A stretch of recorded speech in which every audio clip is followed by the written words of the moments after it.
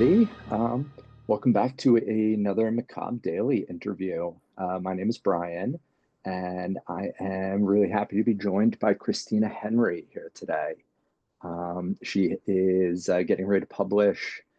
I tried to count before this interview. Is this your 15th book? Did I get Th- it right? This is my 19th book. 19th. Oh my gosh. So I Yeah. missed a few. My apologies. That's You are okay. even more prolific than I was prepared to say. Hmm.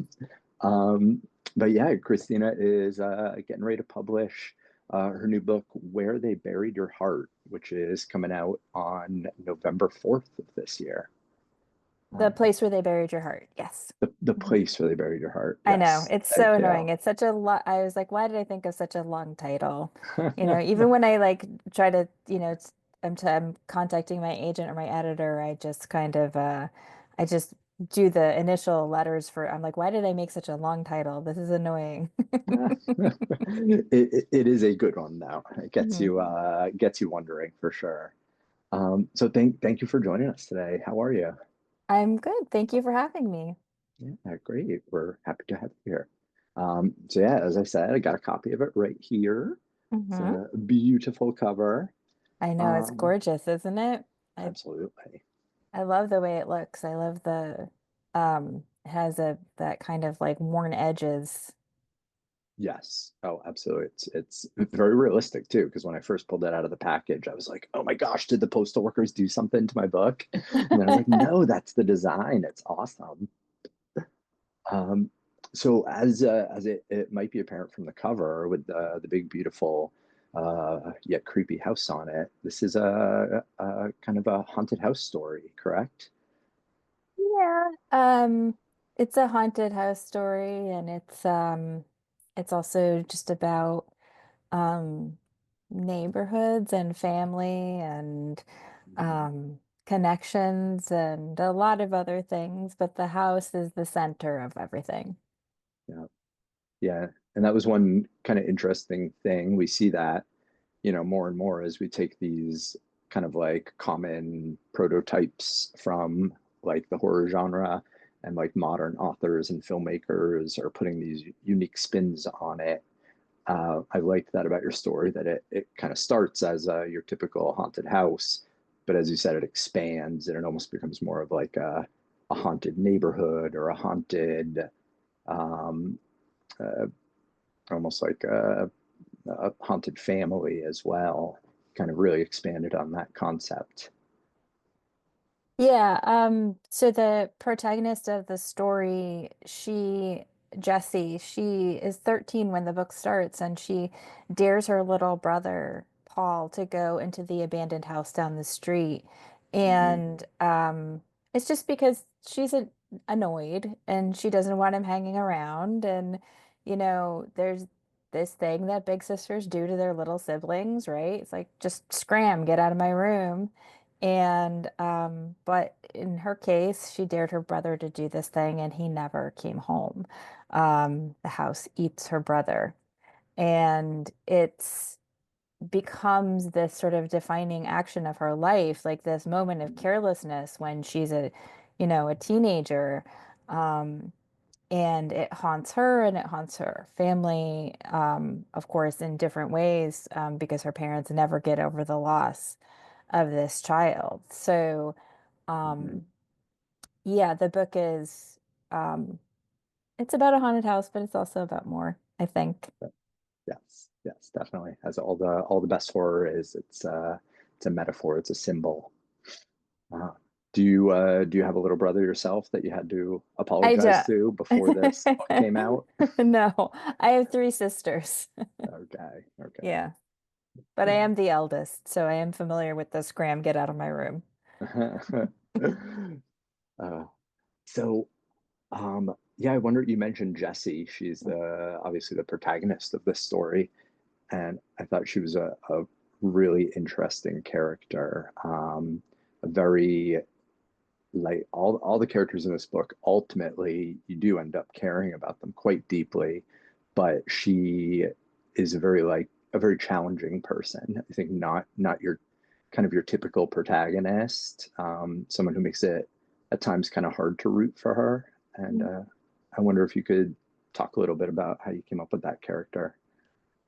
So she's a character who suffers a lot of tragedy in her life. I don't want to like go too deeply into that experience of the book, but like there's a Hmm. lot of things that happen to her and to her family. And but I didn't want her to be this kind of saintly martyr, Hmm. because they'd be very that those characters are tiresome. Nobody wants like, this perfect angel who never acts like a person. I think that no matter what happens in your life, people respond like in complex ways. People respond in complex ways to grief and to loss. You respond in complex ways to love or the lack thereof. You respond in complex ways even to offerings of friendship, and I Hmm. think that that's important when you're writing a character is to show a person in all of their fullness, um, because I don't think there's one way to be always in the face of bad things or even good things. I think Yeah. that everybody kind of responds differently to those things. And it's important not to write a character that's just sort of um, sitting there, nobly suffering in the face of all of this stuff that happens. Hmm. Yeah, definitely. Yeah, I think that can make a character much more relatable to a broader audience because yeah, that's why we're drawn to those characters because most of us are not just good or bad people. We all fall somewhere in that gray area in between. And Um, I think that that's a big part too of how people in the neighborhood are, because mm, as the book goes on, you kind of see that the house has been this kind of malevolent force in the neighborhood for a long time, and there is what we think is like this sort of inciting action a few chapters in where you find out about this tragedy that happened in the mhm, house. And but there are a lot of people who still live in the neighborhood who think less of themselves for not doing something to stop that tragedy. So, and it doesn't make them bad people. It just means that they were accepting a certain situation. They were going about their day. They were, in the case of one woman, a neighbor, she heard noise coming from next door and she shuts her window because she's trying to watch her TV show, you know, and not because she thought something terrible was happening, you yeah, know. So I think that that's part of the fabric of the book is, that people are not necessarily good or bad. People are complicated. yeah, yeah, and little details like that I think are sometimes the most interesting parts of like the horror genre. It's sometimes those little human moments where yeah, we just like closed a window to get some peace and quiet and something bad happened because of it. And that can be scarier than the actual monster or demon or ghost or whatever we're facing. Yeah, I think that people think that in the face of bad things that they'll, look it right in the eye and they'll respond bravely. But I think most people probably wouldn't. I think the reality is like when you face something that's frightening, you don't know how you'll respond to Hmm. that frightening thing. I mean, people don't even know how they'll respond. I was just thinking about that. We did like a big trip where we went out to like to the national parks a couple of years ago, and we went hiking in a lot of places where there are grizzly bears. And Hmm. they always say like, you got to carry bear spray, and it's like, but what would you do if you actually saw a grizzly bear on the trail? Would you just like calmly remove your bear spray from the holster, or like, you know, would you back away slowly? Would you panic? I mean, like, you don't know. I feel like I would take the bear spray, accidentally throw it at the bear in a panic, and then turn and run away and get mauled almost immediately. Which is like, yeah, they first thing they tell you is Um, don't run. but yeah, so you were talking about some of the characters in the neighborhood, and you mentioned Jesse's family. Um, I think for me personally, that was one of the things that really resonated with this story was it's I don't know if it's a perfectly even divide, but it feels like a portion of the book is very focused on Jessie and her biological family, her family of origin, and then it shifts at one point without giving anything away, and we start to get more into this theme of like of found family and chosen family. Mhm. Um, and yeah, I wonder if you could maybe talk about that theme because that seemed quite intentional in the story. Well, there's this thing that happens in the book where, so the house is not just haunted, it's almost sentient. Mm, And there comes a point where Jesse and some other people who have lived in the neighborhood for a long time realize that not everyone seems to be aware that the house is sentient. You know, they start mhm. to feel like what they call inside people and outside people. There are people Yes. who know um, kind of what's going on and why things are happening, and then there are other people who seem to not be aware of that. And um and it doesn't necessarily mean people who live in the neighborhood, because there's a character later in the book who comes to work on the house who seems to sense right away that there's something wrong with it. And so I think one of the things that joins these people is their knowledge, Hmm. and also their desire, even if they can't sort of figure out how to do something about it. And the part of the reason why they stay in this place that they know is dangerous is because they Hmm. feel that they can't just leave behind everybody else, the people who don't know. Yeah. Um, so, and the other thing that I really wanted to get at in this book is, so this is really a love letter to my neighborhood, the neighborhood that I've lived in Chicago for over 20 Okay. years, and which is Wrigleyville, which is sort of a sub neighborhood of Lakeview. So I live right near Wrigley Field, Okay. and it's got a very distinctive character, like most of Chicago's neighborhoods. It's got a very Hmm. distinctive architecture, which I describe in the book. Um, all of the houses, most of the houses in the neighborhood are what we call two flats or three flats. They're meant to Okay. be multifamily homes. They have facades that are brick or gray stone, and there's a reason for that because we had this giant fire you might have heard about Mm. over 100 years ago. It burned the whole city down, and there were Yes. restrictions on flammable materials when people were building houses. And they also have the Chicago entry, which is the raised entry from the sidewalk. Okay. And the reason for that is because the city used to sink. We're built on a swamp, and the city used to sink, so they built Or extra Chicago, it's had some steps growing pains. extra steps in case the house sank.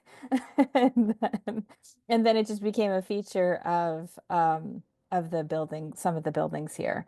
And Mhm. there's different neighborhoods that have other types of houses that are very distinct to Chicago, like the Mm. Chicago bungalow. There's neighborhoods you can go to, and you just see all these bungalows.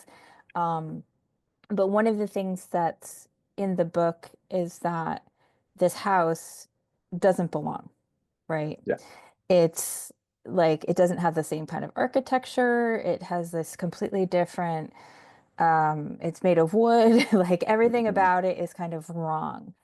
And one of the things that I wanted to get at was this idea, though, that people in these neighborhoods stay. You know, Mm. people grow roots here. I think that people who don't live in big cities think that like the makeup of cities are like sort of transient, that people kind of like move in Hmm. when they're in their 20s and then they move to the suburbs when they're older or whatever. But that's not really how it is. Like in a lot of neighborhoods, you know, people move in and they stay and they plant Yeah. roots, and people know their neighbors. And um, when I first moved to this neighborhood over 20 years ago, there was a gentleman who lived down the street who had lived here his whole life.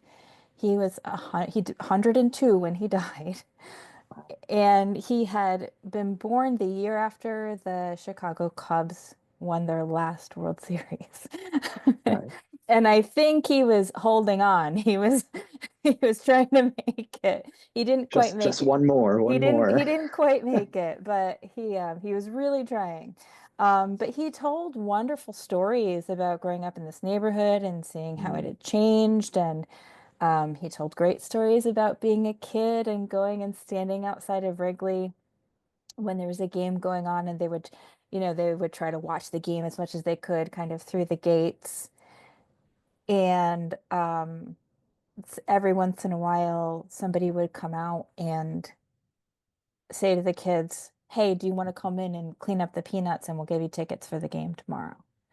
And so he and his friends would go inside and clean up the peanuts and get tickets to see the Cubs game the next day. But, he passed away and now his son lives in that building. It okay. wasn't like it became it's the thing that I'm trying to get at in the book is this sense that like people come and they stay and they are part of the fabric of the neighborhood, and that's what happens with Jessie. All the people who become kind of her Mm, found family are people who've been there for a long time, people who are part of this place. yeah, that's fascinating. And yeah, that's why I love doing these interviews too, because it you get this insight that just makes you look at parts of the story in such a different way. Um, Jesse, I forget the exact phrase that they use a couple times in the book, but she starts being referred to as by people as like the keeper of stories. Hmm. Um, and I mean that's just what I was thinking of when you were talking about that man who lived in your neighborhood. Hmm. Just this idea that people who live in these places, even if they're not doing it as intentionally as maybe Jesse is in the story, they're collecting stories. They become these just living keepers of history. Um, that's really cool. Yeah, and there's a thing, I mean, even if you've lived, especially because Chicago is a city that's always changing. Oh, Um, so right. I mean, I think that even if you live any neighborhood in Chicago, even for 5 years or 10 years, you'll see the neighborhood changing. You'll see um, you know, like different businesses, different Mm, whatever sort of coming in and out. But you'll also see like the stability of the neighborhood, and you'll see, the people that have been there for a long time and the people who know mm, when it used to be like, a different way. Um, and actually one of the more horrifying things in the book is one of the more horrifying things to me in real life, which is mm, gentrification. mm. That's always that's the real villain behind most horror. Yes. Yeah. It's interesting what you say about Chicago, and I'm sure it's the same in most cities. Like I live closest to Philadelphia and New York, but with these big cities, if you're outside of it, you Hmm. think of it as just like kind of like the trendy neighborhoods or the big, venues where you go to events or go out to eat or whatever. Or like kind of like the more high-powered people who live there. And I think it is very easy to forget that every major city, is mostly made up of just regular people, literally just living lives, people who are teachers or cashiers at corner stores or servers at restaurants. Yeah, I mean, I think obviously like I'm a booster of this city, and I Mm, have nothing but good to say about Chicago. But I get frustrated sometimes when, I remember speaking to a woman last year and she said, "Oh, I used to live in Chicago and then I decided to have kids and I thought I can't raise kids in the city." And I thought, mm, but why? Like, I mean, I have a 19-year-old. We raised him here, mhm. My upstairs neighbors have two daughters who are now in their 20s. They were raised here. I mean, like people raise kids here, people have families here. Yeah. It's it's not, I think it's not what Outside people. Think of it. Yes, we're the same in my small town outside of Philadelphia. Hmm.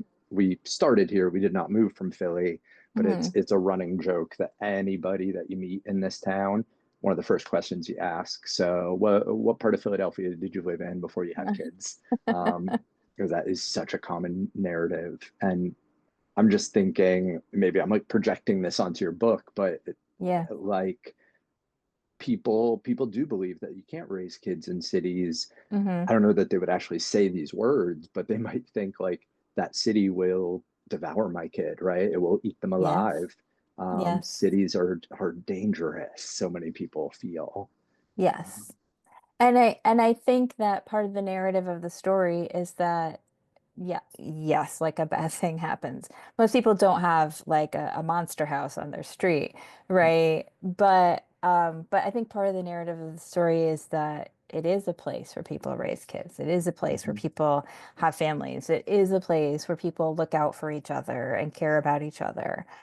Yes. Um, and that I think ultimately is, if there's a message, I think that's the message of the book, that people um are, like bad things happen, Mhm. but also like, there's good that can come of that too. Yes.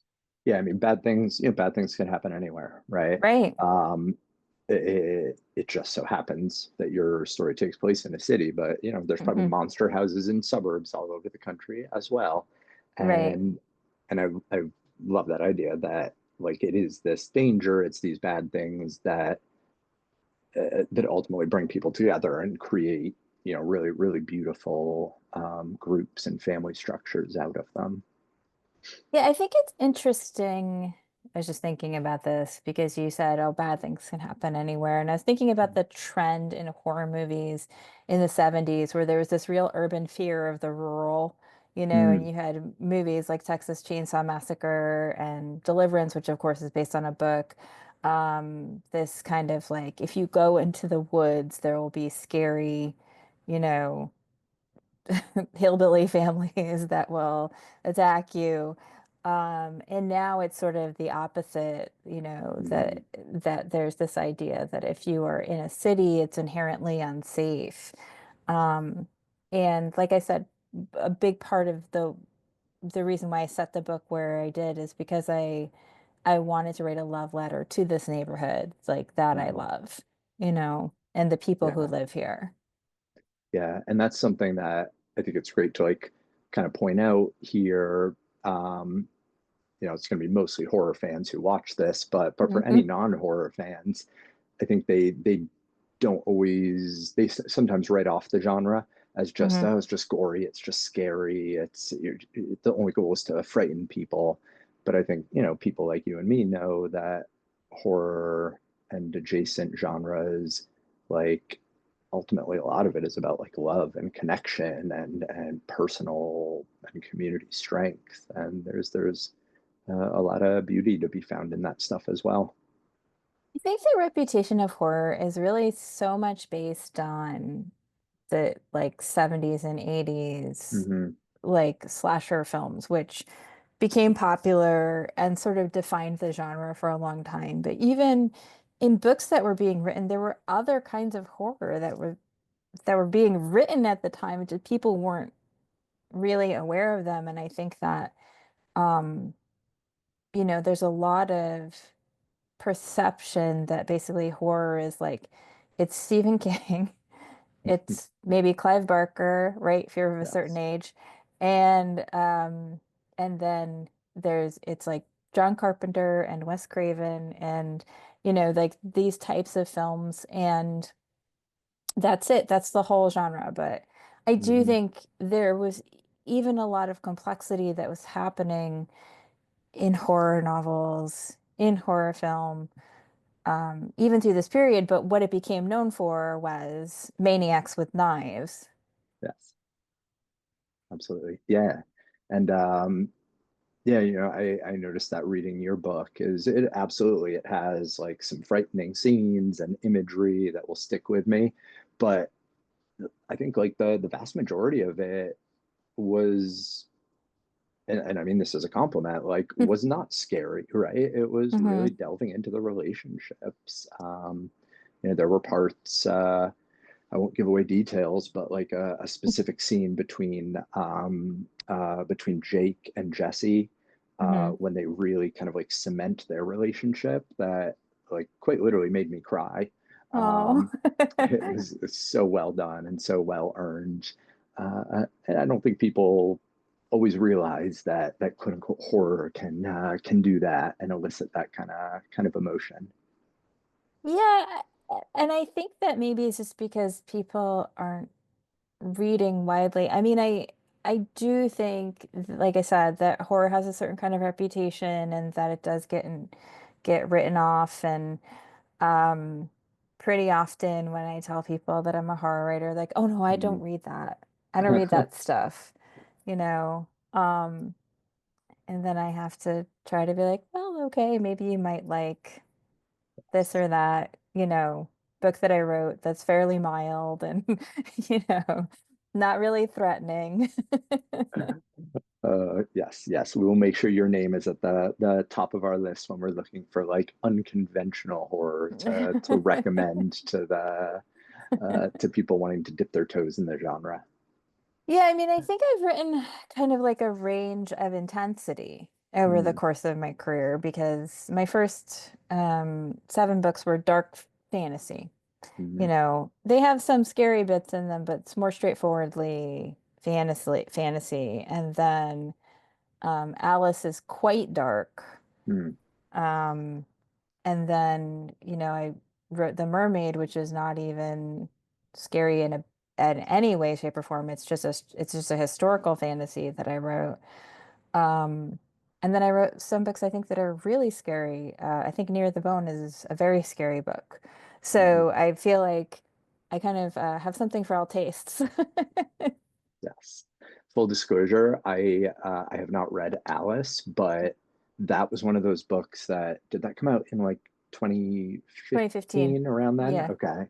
I Yeah. remember that was years before I was doing any kind of like interviewing or writing in the horror world. I remember coming across that book Hmm. and thinking it sounded so interesting. And then as happens, because there's so much to read and watch out there, it kind of Right. fell off my radar. So when I was researching you to prepare for this interview, that book popped up and I was like, "Oh my God, I forgot about that." It's So that book. I have not read it, but that is like next on my list to do after we finish. And it's a different kind of book Hmm. from Place Where They Buried Your Heart. And my husband, whenever he's describing it to people, he always uses the word harrowing. So just so you can be prepared for that. I Um, love caroling. but uh, I think I do think that over the course of my career, I've just written a lot of different kinds of books. Hmm. Um, and that's mostly because when I write, I want to discover the book um, kind of the way a reader would. A lot of times when I'm writing, because I don't outline ahead of time, when I'm writing, I get very often I get to a part where I'm like, oh hey, I didn't know that was going to happen. And so I always feel like every book is different for me as a writer because I also want it to be different for me as a reader. Hmm. I don't want to be doing the same thing over and over again. Yeah, that's cool to hear that writing the story can be just as surprising for the author as it can be for the reader. I think maybe for some writers it's not. I know some people who are very intense. They do a lot of outlining, they got Hmm. index cards, they got the red yarn on the wall, they have the whole thing. But I'm definitely like let's start the roller coaster without the tracks and see if maybe we can build the tracks in time kind of writer. Fantastic. Um, so Christina, as we start to kind of wrap up, Mhm. could you just remind me and people listening, like where will this book be available? How can they follow you and stay up to date on how they can buy it and read it? So the book will be available everywhere, but I would Mhm. love it if you would buy it from your local bookshop. Yes, And please. I am actually going on tour for this book. I'm doing 9 stops, I think we have Okay. scheduled. And including if you add in the Louisiana Book Festival, it will be 10. And the book will actually be available a couple of days early if you're in Baton Rouge and you're going to Louisiana Book Festival. Um, I also will be doing a launch event in Chicago for the book on November Mhm. 4th at Three Avenues Bookshop. And if people want to get more information about the book, about the other tour stops, about me and the billion books I seem to have written behind this one, ChristinaHenry.net. And I'm also on Threads and Instagram at author Christina Henry, all one word. Okay. Fantastic. Thank you so much. Thank you. I really appreciate you taking the time to chat with us. As everybody already knows, this is the new book, The Place Where They Buried Your Heart, available November 4th. And we'll definitely be putting a review up on our website on Macabre Daily, leading up to the release, and we'll make sure to tag you and include all your information there as well. Awesome. So yeah, so Christina, thank you everybody out in Macabre Daily world, and we'll talk to you soon. Thank you.